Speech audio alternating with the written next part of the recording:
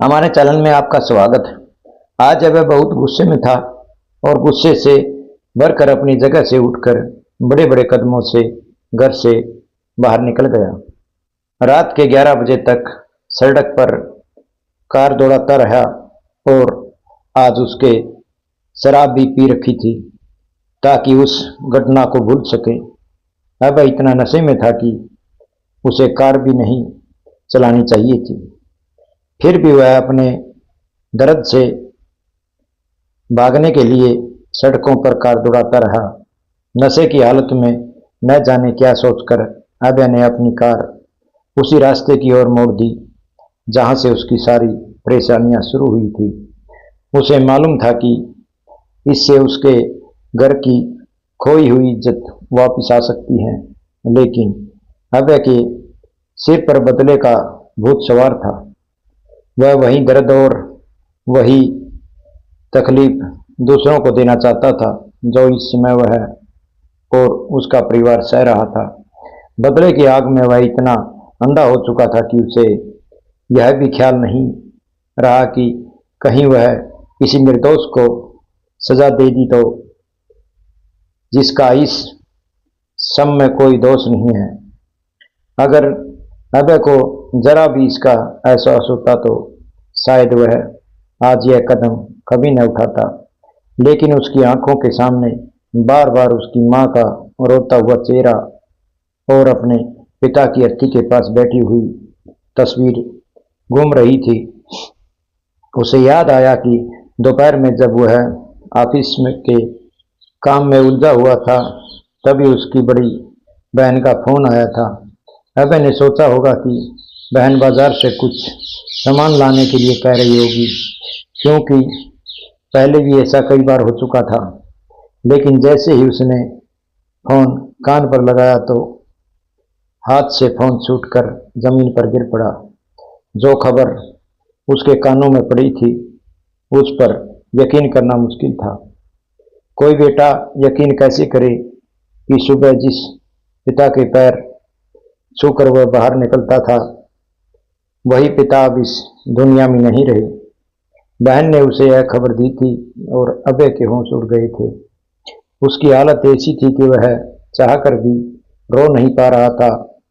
वह भागता हुआ ऑफिस से घर पहुंचा और वहां देखा कि उसकी माँ पिता की लाश के पास बैठकर बार बार उन्हें उठाने के लिए आवाज दे रही थी, लेकिन पिता अब हमेशा के लिए मौन हो चुके थे। इस मौत का कारण और कोई नहीं बल्कि वही उनकी अपनी बेटी थी जो हफ्ते भर पहले घर से भाग गई थी। पूरे मोहल्ले में आधी रात को अभय की माँ की चीखें गूंज रही थी जो धीरे धीरे सन्नाटे में बदल गई। उसकी हालत इतनी खराब थी कि अब वह आवाज तक नहीं निकाल पा रही थी। आंखों से सिर्फ आंसू बह रहे थे। अभय इतना लाचार हो चुका था कि माँ के लिए चाहकर भी कुछ नहीं कर पा रहा था, क्योंकि जो एक बार इस दुनिया से चला जाए उसे कोई वापस नहीं ले सकता। सामने माँ रो रही थी और अभय अपने आंसू पी रहा था। घर में कोई ढंग से सहारा देने वाला भी नहीं था, क्योंकि सब लोग अपने अपने दर्द में डूबे हुए थे। जो कुछ भी पायल ने किया था उसकी वजह से पूरा परिवार दुखों के दलदल में फंस गया था। लेकिन सबसे ज्यादा आघात पापा को पहुंचा था, जो इस सदमे को सहन नहीं कर पाए और हफ्ते भर में ही चल बसे। अभय की बहन ने रोते हुए उसके कंधे पर हाथ रखा और हिम्मत देते हुए कहा कि अब हमें दोनों को मिलकर ही सब संभालना होगा। बहन ने यह भी कहा कि हमने अब तक सबसे झूठ बोला कि पायल पढ़ाई के लिए सिलसिले में किसी दूसरे शहर गई हुई है, लेकिन अब पापा की मौत जैसे नाजुक समय पर उसकी गैर मौजूदगी पर लोग सवाल उठाएंगे तो उन्हें क्या जवाब देंगे। यह सोचकर अभी की आंखें भी भर आई, क्योंकि उसे मालूम था कि सवाल जरूर उठेगा कि कौन सी ऐसी पढ़ाई है जो पायल को अपने पिता की मौत पर भी घर आने से रोक रही है। और जब यह सवाल उठेगा तो वह क्या जवाब देगा, यह सोचते ही अबे का दिल कांप उठा और वह अपनी माता पिता की हालत याद कर और भी टूट गया। अबे अपने पिता को घर के गम में रोना चाहता था, लेकिन वह जानता था कि इस समय घर का अकेला सहारा वही है और अब सारी जिम्मेदारी उसे ही संभालनी है। इसलिए उसने चुपचाप अपने आंसू पी लिए और जमीन पर निडाल बैठ गया। पिता के सारे रिश्तेदारों के आने के बाद अंतिम संस्कार हुआ और उस कठिन घड़ी में अबे ने बड़ी मुश्किल से अपनी माँ को संभाला, क्योंकि उसकी माँ बार बार रोते रोते बेहोश हो जाती थी और अबे किसी को भी अपने पिता का नाम तक लेने नहीं देता था। एक हफ्ते में वह अपनी छोटी बेटी पायल को ढूंढ रहा था, लेकिन उसे कहीं कुछ पता नहीं चल रहा था। अबे ने पुलिस में भी शिकायत दर्ज कराई थी, लेकिन आज तक पुलिस भी पायल का कोई सुराग नहीं लगा पाई। अबे समझ ही नहीं पा रहा था कि पायल कहाँ गई और किस हाल में है। लेकिन तभी उसे पायल के कॉलेज से पता चला कि पायल की वहाँ एक लड़के के काफी गहरी दोस्ती थी और कई बार दोनों को साथ देखा गया था। पायल की सहेलियों ने बताया कि वह लड़का बहुत अमीर नहीं था, उसके घर में सिर्फ उसकी माँ और बहन रहती थी। कई साल पहले उसके पिता की मौत हो गई थी और उसकी माँ ने गांव की जमीन बेचकर उसे पढ़ाया लिखाया ताकि वह कुछ बन सके और घर की हालात सुधार सके। अब अब उस लड़के के घर पहुंचा तो उसकी माँ ने यही कहा कि मेरा बेटा ऐसा कभी नहीं कर सकता, वह काम के सिलसिले में किसी दूसरे शहर गया है।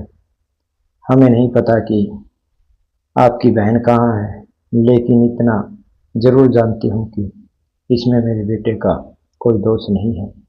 ऐबे की माँ ने उस पर यकीन नहीं किया और मन ही मन यह ठान लिया कि उसकी बेटी की जान उसी औरत ने ली है, क्योंकि वही औरत उस लड़के की माँ है। मगर ऐबे ने ऐसा कुछ नहीं किया, क्योंकि वह किसी औरत पर हाथ नहीं उठाता था और वह जानता था कि इस सब में औरत का कोई दोष नहीं है। एक पल के लिए उसके मन में आया कि उस लड़के का घर जला दें और उसे खाक कर दें, लेकिन उसने अपने गुस्से पर काबू पा लिया और उसका मन बस यही चाहता था कि किसी तरह उसकी पायल घर लौट आए। पायल अबे की सबसे प्यारी बहन थी और वह अपनी इस बात उससे साझा करती थी। पायल की हर पसंद नापसंद से अबे वाकिफ था, लेकिन वह यह कभी नहीं समझ पाया कि पायल के दिल में क्या है और कब वह उस लड़के से जुड़ गई। इसी मोहब्बत के चक्कर में आज अबे का घराना बदनामी की आग में जल रहा था और इज्जत मिट्टी में मिल चुकी थी। अब उसकी सबसे बड़ी चिंता अपनी बड़ी बहन गीता की थी, जिसकी शादी 2 महीने पहले ही एक अच्छे घर में तय हुई थी और जल्द ही होने वाली थी। अबे को डर था कि अगर गीता के ससुराल वालों में यह बात पता चली तो वह रिश्ता तोड़ देंगे और अगर ऐसा हुआ तो बदनामी न केवल पूरे मोहल्ले बल्कि पूरे समाज में होगी और गीता की शादी में बहुत अड़चने आएगी। यही सोच सोच कर अब परेशान हो जाता था और घर के बाहर बैठा रहता था, क्योंकि घर के अंदर जाते ही उसे घुटन होने लगती थी। काफी देर बाहर बैठने के बाद उसकी बहन उसका हाथ पकड़कर उसे अंदर ले गई।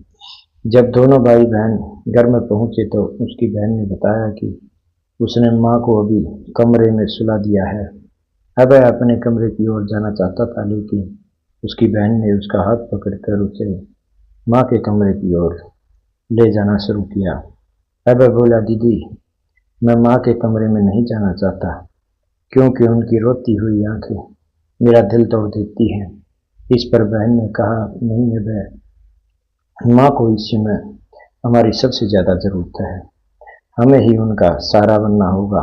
अबे की बहन ने उसका हाथ पकड़कर कहा कि अब हमें माँ का सहारा बनना होगा और दोनों ने मिलकर माँ को उसके कमरे में ले जाकर बैठाया। माँ बुरी तरह से रो रही थी और अबे के दिल में गुस्सा उमड़ रहा था। उसका मन रो रहा था कि तुरंत पायल को ढूंढ निकाले और वही सब खत्म कर दे, क्योंकि माँ की यह हालत और पिता की इस दुनिया से जाना सब उसी की वजह से हुआ था। माँ रोते हुए अबे से बोली, बेटा, तुझे उस कमीनी के बारे में कुछ पता है जिसने मेरी माँ का संदूक छीन लिया और तेरे पिता को निगल लिया? अबे ने नजरें झुका ली। तब माँ बोली कि बेटा, मैं पायल की चिंता नहीं कर रही बल्कि गीता की सोच कर रही हूँ, और उसके ससुराल वाले हमारे बारे में क्या कहेंगे। कहीं पायल की वजह से गीता का रिश्ता न टूट जाए, क्योंकि जिस घर की बेटी भाग जाती है उस घर की दूसरी बेटी से कोई भी अपने बेटे की शादी करना नहीं चाहता। चाहे जैसा हो, किसी तरह पायल को वापस ले आओ, क्योंकि तेरी दीदी की जिंदगी का सवाल है। शायद तेरे पिता को भी यही डर सताता था कि उनकी एक बेटी ने उनकी इज्जत मिट्टी में मिला दी। अब दूसरी बेटी को भी बिना किसी गलती के इसकी सजा भुगतनी पड़ेगी। मेरे पिता इस बदनामी को बर्दाश्त नहीं कर पाए और शायद इसी कारण अचानक उसे हमें छोड़कर चले गए। माँ की बातें पूरी दुनिया में हुई थी कि अभय चुपचाप वहां से उठकर अपने कमरे में चला गया।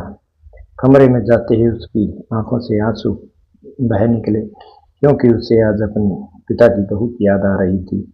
वह सोच रहा था कि काश उसके पिता ने हिम्मत न हारी होती तो आज वह इतना अकेला महसूस न करता। रातों की नींद उसकी आंखों से कोसों दूर हो गई थी। सांस लेना भी कठिन लग रहा था। पिछले 2 दिनों से वह लगातार पायल को ढूंढ रहा था, लेकिन उसे कोई सुराग नहीं मिल रहा था। उसकी आंखें आंसुओं से भीगी हुई थी और वह रात भर भगवान से शिकायत करता रहता कि उसने क्यों अचानक उन पर दुखों का पहाड़ तोड़ दिया।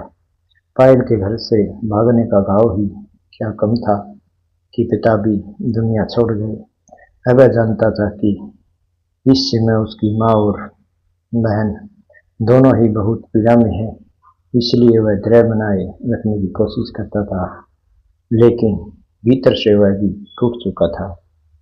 कभी वह छत पर टहलने लगता, कभी सड़कों पर भटकने लगता, जैसे कोई इंसान जीते पता हो कि उसकी सांसें जल्दी ही थमने वाली है, पर वह खुद को बचाने के लिए कुछ नहीं कर सकता था। अभय की हालत बिल्कुल वैसी हो चुकी थी, क्योंकि उसे मालूम था कि अगर आज नहीं तो कल सबको यह सच्चाई का पता चल जाएगा कि पायल घर से भाग गई। यह कहानी कैसी लगी? सब्सक्राइब करें, लाइक करें, कमेंट करें। जय श्री राम। धन्यवाद दोस्तों।